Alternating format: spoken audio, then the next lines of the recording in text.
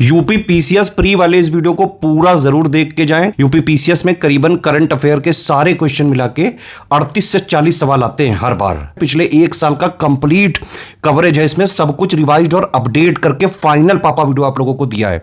इस वीडियो को बिल्कुल चबा के खा के जाना। आरओ का इससे पहले पेपर हुआ था, उसमें भी सारे के सारे current affair study for civil services का जो पापा वीडियो दिया था उसी से आए थे।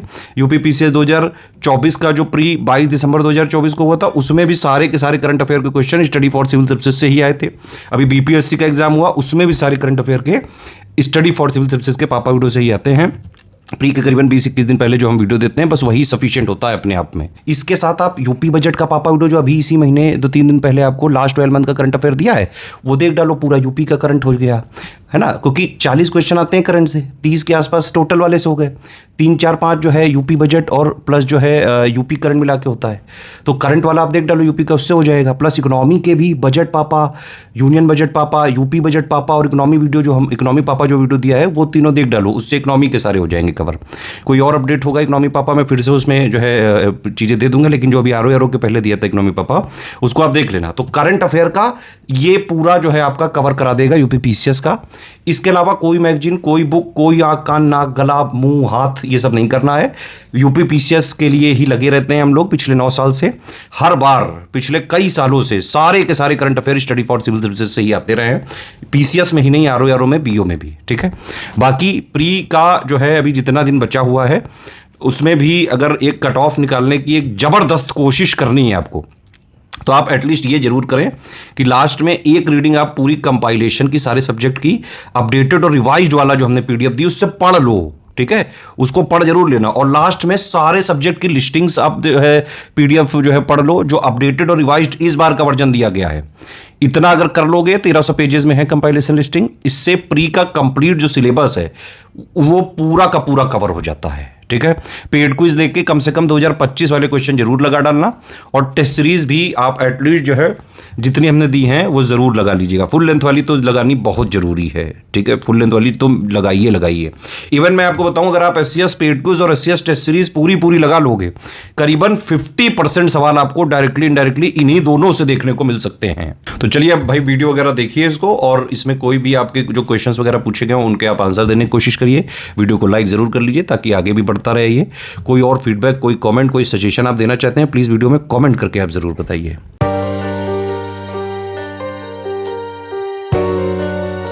ऑब्जर्वेटरी सेक्शन में जिम लॉवेल अमेरिकी अंतरिक्ष यात्री और अपोलो 13 चंद्र मिशन के कमांडर थे। ये नहीं रहे 97 वर्ष की आयु में। जिम लेवल के बारे में कहा जाता है कि चंद्रमा की यात्रा पर दो बार चंद्रमा की यात्रा पर जाने वाले पहले व्यक्ति थे, लेकिन अभी कभी भी इन्होंने चंद्रमा पर लैंडिंग नहीं की। ठीक है, डी लपांग, ये मेघालय के पूर्व मुख्यमंत्री नहीं रहे, डी लपांग। शारदा हॉफमैन, इनको अल्लादी शारदा भी कहा जाता है, भरतनाट्यम की गुरु थी, ये नहीं रही। 1996 में संगीत नाटक अकादमी पुरस्कार और रुक्मिणी देवी पदक से इनको सम्मानित किया जा चुका था, शारदा हॉफमैन। ऑब्जर्वेटरी सेक्शन पर देखेंगे तो यहाँ पर बी.वी. पट्टाभी राम, ये रिनोड हिप्नोटिस्ट ही नहीं रहे, फ्लोरिडा यूनिवर्सिटी के। इसमें सम्मोहन में उनके काम के लिए उन्हें डॉक्टरेट मिला था। हिप्नोटिज्म जो होता है, मतलब ये जैसे आपने कुछ मूवीज में देखा होगा, एक पेंडुलम दिखा करके लोगों को हिप्नोटाइज किया जाता है। वत्सला, ये एशिया की सबसे बुजुर्ग हथनी। ठीक है, वत्सला एशिया की सबसे बुजुर्ग हथनी, एशिया ओल्डेस्ट एलिफेंट। ये कहाँ पे रहती थी? इसको केरल से रिलोकेट किया गया था पन्ना टाइगर रिजर्व में, और इसका फाइनली निधन हुआ है। सबसे बुजुर्ग हथनी एशिया की। फौजा सिंह, ये टर्बन्ड टॉर्पीडो नाम से जाने जाते थे, विश्व के सबसे बुजुर्ग मैराथन धावक थे, ये नहीं रहे। ठीक है, 114 वर्ष की उम्र में नहीं रहे। इन्होंने 2012 लंदन ओलंपिक्स में टॉर्च बियरर के रूप में, 2004 एथेंस ओलंपिक में टॉर्च बियरर के रूप में काम किया था। इनकी बायोग्राफी का नाम है the टर्बन्ड tornado, the टर्बन्ड tornado.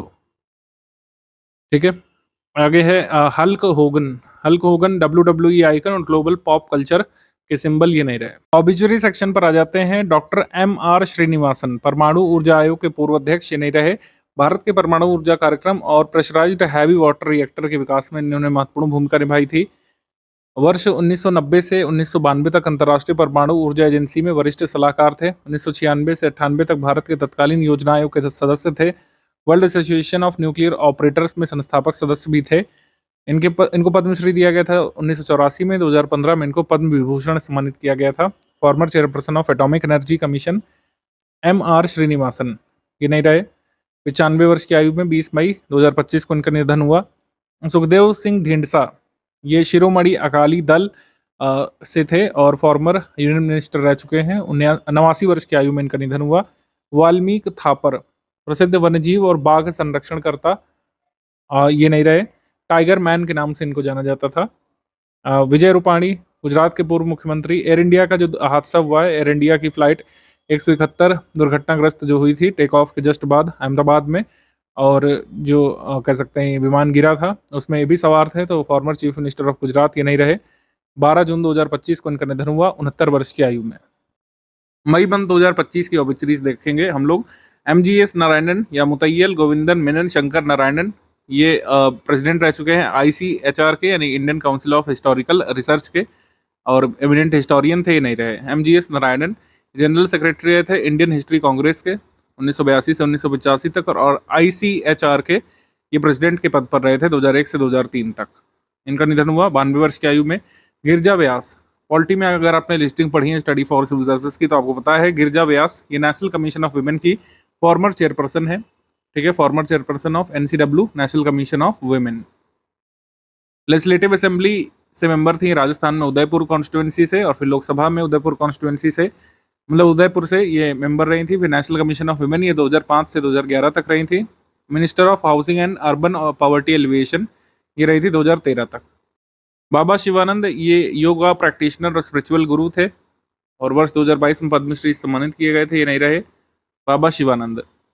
Jayant Vishnu नारिलकर ये एस्ट्रोनॉमर थे, गुरुत्वाकर्षण के हॉयल नार्लिकर सिद्धांत को के प्रतिपादन के लिए जाने जाते हैं, ठीक है। हॉयल नार्लिकर थ्योरी इन्होंने ग्रेविटी पर दी थी, जो कन्फॉर्मल ग्रेविटी पर थ्योरी कही जाती है, हॉयल नार्वेलकर थ्योरी।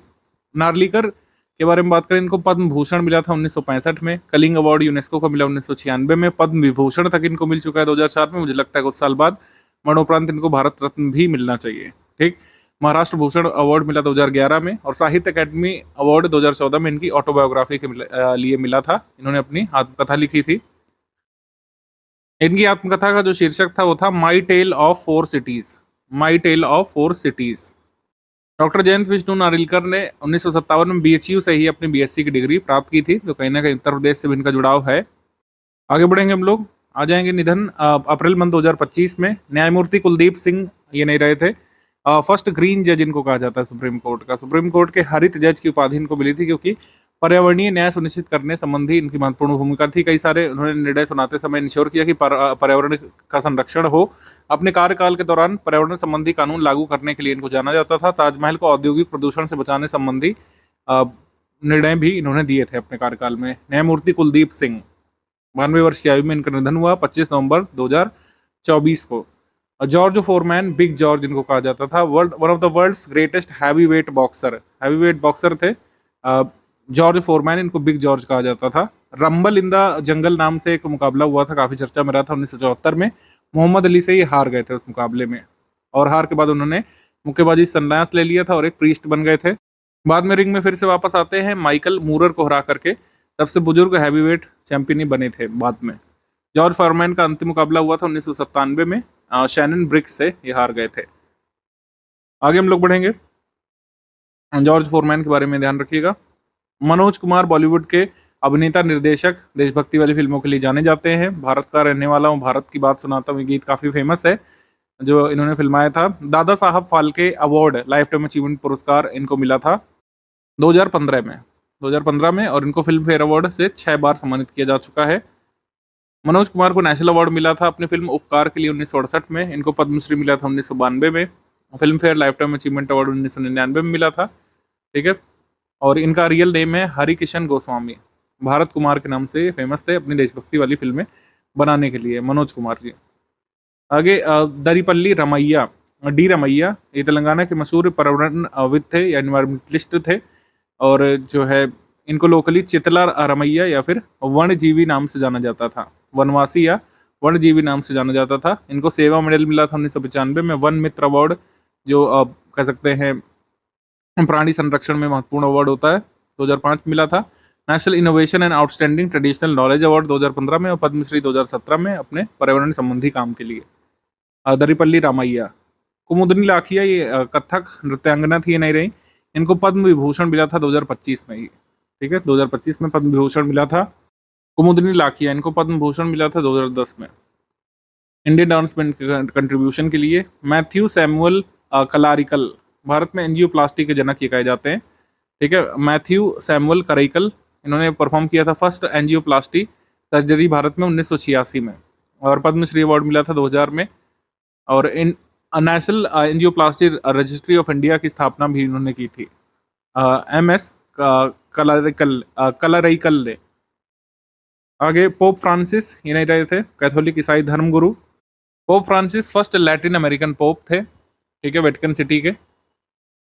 और पोप फ्रांसिस ये 266वें Pope of Roman Catholic Church नियुक्त किए गए थे 2013 में। उनका निधन हुआ 88 वर्ष की आयु में 21 अप्रैल 2025 में। इनकी एक ऑटोबायोग्राफी भी आई थी जिसके बारे में यूकेपीएससी ने पूछा था।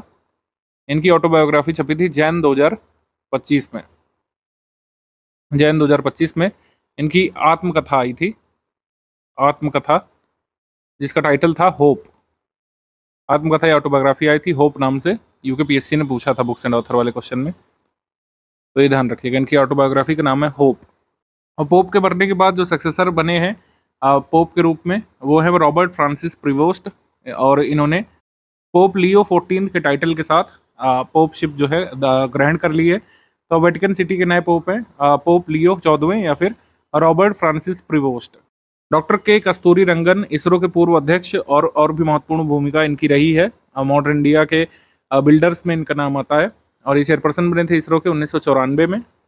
UR राव के बाद इन्होंने इंपॉर्टेंट रोल निभाया था ऑगमेंटेड सैटेलाइट लॉन्च व्हीकल और पोलर सैटेलाइट लॉन्च व्हीकल के डेवलपमेंट में इसरो की अपने कार्यकाल के दौरान। और जो नेशनल एजुकेशन पॉलिसी बनी थी, नेशनल एजुकेशन पॉलिसी 2020, उसके लिए जो कमेटी बनी थी जून 2017 में, उसकी अध्यक्षता भी के कस्तूरी रंगन ने की थी। मतलब NEP 2020 जो आई उसके लिए जो कमेटी बनी थी उसकी अध्यक्षता किसने की थी? के कस्तूरी रंगन ने। जून 2017 में कमेटी बनी थी। इनका निधन हुआ 84 वर्ष की आयु में। ऑब्ituary सेक्शन पे आ जाते हैं हम लोग। ऑब्ituary मार्च मंथ 2025 की हम लोग करेंगे। गोदावरी सिंह, वाराणसी उत्तर प्रदेश से, कास्ट कला के शिल्पकार थे, इनका निधन हुआ था। इनको 2024 में पद्मश्री मिला था आर्ट वर्क के लिए। पद्मश्री इनको मिला था वर्ष 2024 में। डॉक्टर सेना कालुंग सेनका याडेन, ये नागा वैज्ञानिक और शिक्षाविद थे। इनको अमेरिका में अमेरिकन मैन ऑफ साइंस कहा जाता था, अमेरिकन मैन ऑफ साइंस कहा जाता था। इनका निधन हुआ था 14 मार्च 2025 को। अरविंद सिंह मेवाड़, महाराणा प्रताप के वंशज और मेवाड़ राज परिवार के सदस्य, इनका निधन हुआ था 81 वर्ष की आयु में। Devendra Pradhan, former BJP leader and father of current union minister. Dharmendra Pradhan के पिता देवेंद्र प्रधान अटल बिहारी वाजपेयी जी की सरकार में केंद्रीय परिवहन मंत्री थे। इनका निधन हुआ था।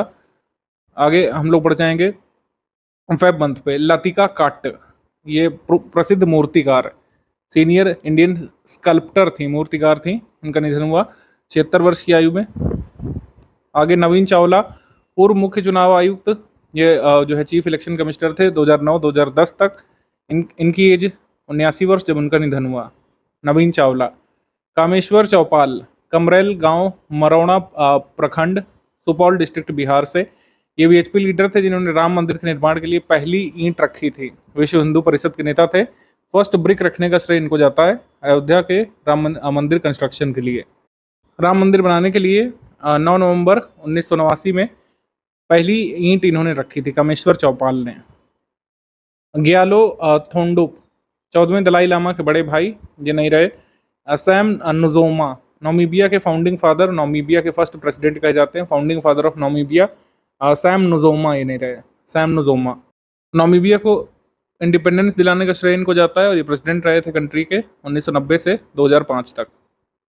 आगे आचार्य सत्येंद्र दास, अयोध्या राम मंदिर के मुख्य पुजारी, इनका निधन हुआ था 12 फरवरी 2025 को। विमला बहुगुणा, ये सोशल वर्कर थी, भूदान आंदोलन में भाग लिया था इन्होंने 53-55 में, और 1955 में महिलाओं और बच्चों के विकास और कल्याण के लिए जमनालाल बजाज पुरस्कार इनको मिला था। ये सुंदरलाल बहुगुणा की वाइफ थी। भूदान आंदोलन में इनका महत्वपूर्ण रोल था विमला बहुगुणा का। इनकी डेथ हुई थी 93 वर्ष की आयु में, फेब 2025 में। मायाधर राउत, ये प्रसिद्ध ओडिसी नर्तक थे, ये नहीं रहे, ठीक है। इनको जो अवार्ड मिले, पद्मश्री मिला था 2010 में, टैगोर अकेडमी रत्न मिला था 2011 में। ऑब्ituary सेक्शन पर आ जाते हैं जनवरी मंथ में। डॉक्टर पियरे सिल्वेन फिलियोजेट, ये जापान से फ्रेंच संस्कृत स्कॉलर थे, मतलब फ्रांस के संस्कृत विद्वान थे, ये नहीं रहे। ठीक है, इन्होंने एग्जाम्पलरी एफर्ट्स किया था फ्रांस में संस्कृत स्टडीज़ को पॉपुलराइज करने के लिए। इनको पद्मश्री दिया गया था 2024 में संस्कृत प्रमोशन के इनके एफर्ट्स के लिए। ये हैं Pierre Sylvain Filliozat. Doctor Rajagopala Chidambaram senior nuclear scientist थे भारत के, और इंडियाज न्यूक्लियर प्रोग्राम का आर्किटेक्ट इनको कहा जाता है। Rajagopala Chidambaram principal scientific adviser थे गवर्नमेंट ऑफ इंडिया के 2002 से 2018 तक, और ये फॉर्मर चेयरपर्सन थे एटॉमिक एनर्जी कमीशन के, और इंडिया के दोनों न्यूक्लियर टेस्ट में इनकी भूमिका थी, 1974 में भी 1998 में भी। डॉक्टर राजगोपाल चिदम्बरम ये नहीं रहे। दिसंबर मंथ पे आ जाते हैं Brian Thompson, CEO United Health Care के, अमेरिका की लार्जेस्ट हेल्थ इंश्योरेंस कंपनी के हेड ब्रायन थॉमसन ये नहीं रहे थे। मैनहट्टन में इनको गोली मारकर हत्या कर दी गई थी। MDR Ramachandran, former chief minister of Puducherry, ये नहीं रहे। सोमनहल्ली मलैया कृष्णा या एसएम कृष्णा, ये कर्नाटक के पूर्व मुख्यमंत्री एसएम कृष्णा ये नहीं रहे। ये 1999 से 2004 तक जो है चीफ मिनिस्टर थे कर्नाटक के। फिर कांग्रेस की सरकार ने इनको महाराष्ट्र का गवर्नर बनाया था 2004 से 2008 तक। फॉरेन मिनिस्टर रहे थे भारत के एसएम कृष्णा 2009 से 2012 तक। ठीक है, आगे उस्ताद जाकिर हुसैन, ये तबला वादक थे। जाकिर हुसैन को 1988 में पद्मश्री, 2002 में पद्म भूषण, 2009 में पहला ग्रैमी पुरस्कार मिला था, 2023 में पद्म विभूषण इनको मिला, पद्म विभूषण 2023 में, और 2024 में 3 अलग अलग एल्बम के लिए 3 ग्रैमी पुरस्कार मिले थे। एक ही वर्ष में 3 ग्रैमी जीतने वाले पहले ये अवार्डी बने थे, पहले भारतीय थे जिन्हें एक ही वर्ष में 3 ग्रैमी पुरस्कार मिले थे। उस्ताद जाकिर हुसैन का निधन यहाँ पर हुआ था किस डिसीज से? इडियोपैथिक पल्मोनरी फाइब्रोसिस डिसीज से। उनका पहला एल्बम जारी हुआ था living in the material world 1973 में। ठीक है, उस्ताद जाकिर हुसैन ये नहीं रहे। आगे हम लोग बढ़ेंगे।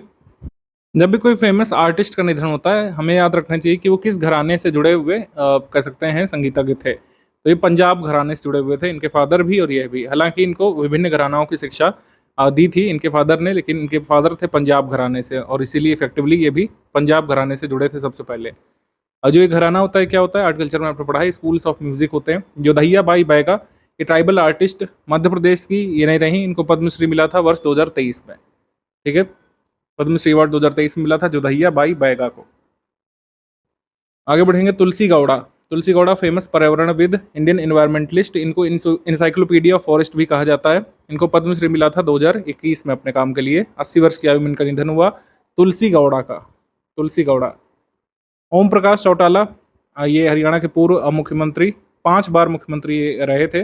मुख्यमंत्री पद का कार्यकाल और इंडियन नेशनल लोकदल की स्थापना के बारे में थोड़ा सा देख लेते हैं। ये राज्यसभा में इलेक्ट हुए थे 1987 में सबसे पहले, और फिर हरियाणा के चीफ मिनिस्टर ये पहली बार बनते हैं 1989 में दिसंबर में, बहुत शॉर्ट टर्म के लिए। ठीक है, और फिर जो है मतलब इनको चीफ मिनिस्टर के पद से हटना पड़ा था क्योंकि ये लोग लेजिस्लेटिव असेंबली में अपनी सीट सिक्योर नहीं कर पाए थे विद इन 6 मंथ। 1998 में इन्होंने फाउंडेशन रखी थी इंडियन नेशनल लोकदल की। ठीक है, फिर ये एक महत्वपूर्ण पार्टी बनी हरियाणा में। श्याम बेनेगल, ये फिल्म डायरेक्टर ही नहीं रहे। श्याम बेनेगल को 1976 में पद्मश्री मिला था, 1991 में पद्म भूषण मिला था, और 2005 में दादा साहब फाल्के पुरस्कार और 18 राष्ट्रीय फिल्म पुरस्कार इनको अपने कैरियर में मिले हैं श्याम बेनेगल को।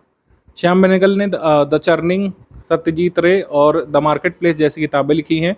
1962 में पहली डॉक्यूमेंट्री घेर बैठा गंगा इन्होंने बनाई थी, श्याम बेनेगल। भारतीय सिनेमा में एक बहुत वेटरन और सबसे पुराना नाम है श्याम बेनेगल।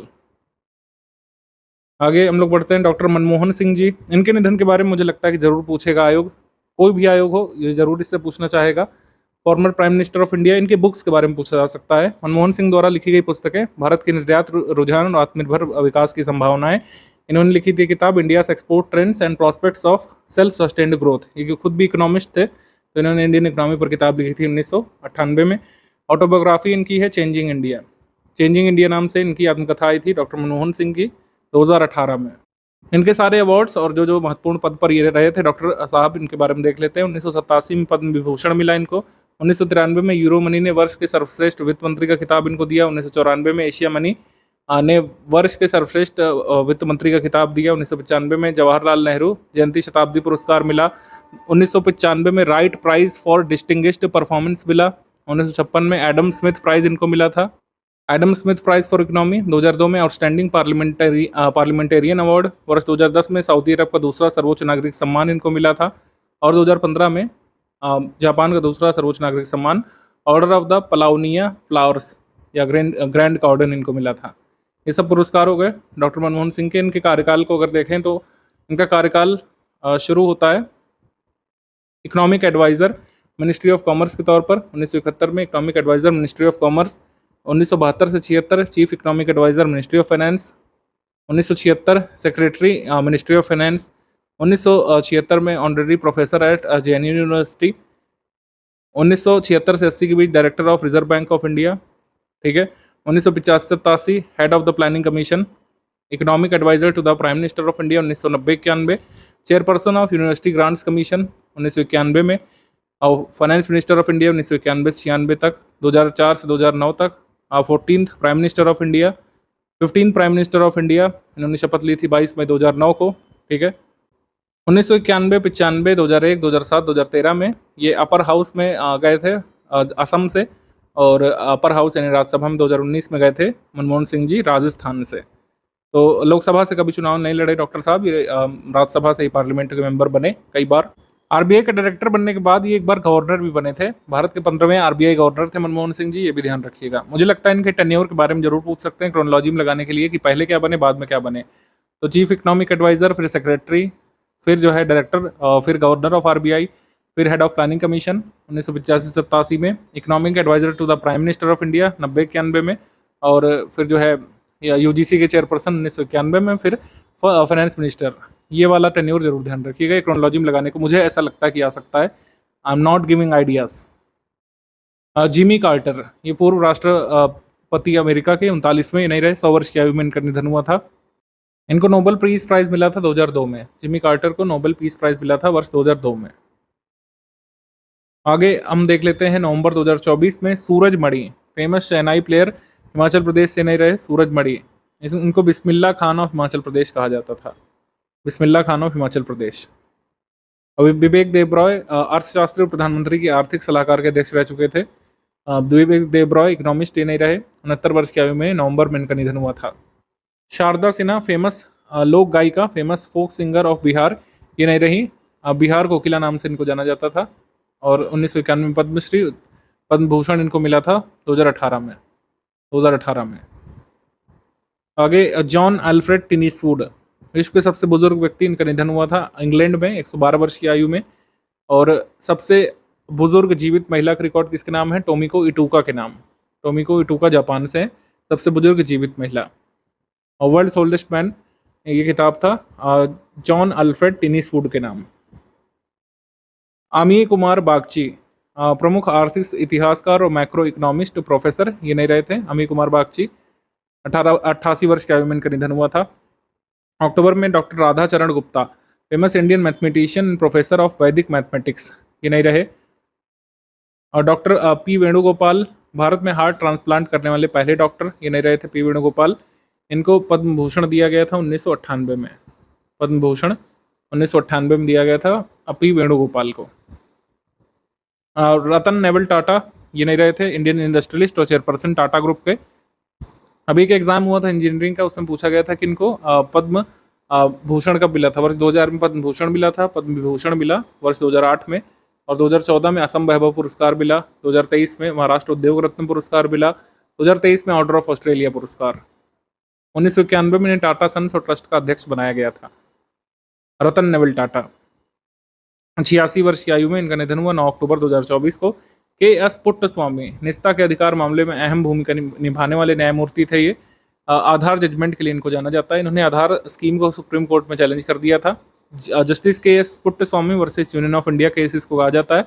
इसमें सुप्रीम कोर्ट ने कॉन्स्टिट्यूशनल वैलिडिटी तो खैर बरकरार रखी थी आधार स्कीम की, लेकिन ये कहा था कि जो राइट टू प्राइवेसी है ये एक फंडामेंटल राइट के एम्बिट में आता है। आर्टिकल 21 के अंतर्गत राइट टू प्राइवेसी एक फंडामेंटल राइट है। सुप्रीम कोर्ट ने के एस पुट्टस्वामी बनाम यूनियन ऑफ इंडिया केस में कहा था, ठीक है, 2017 में।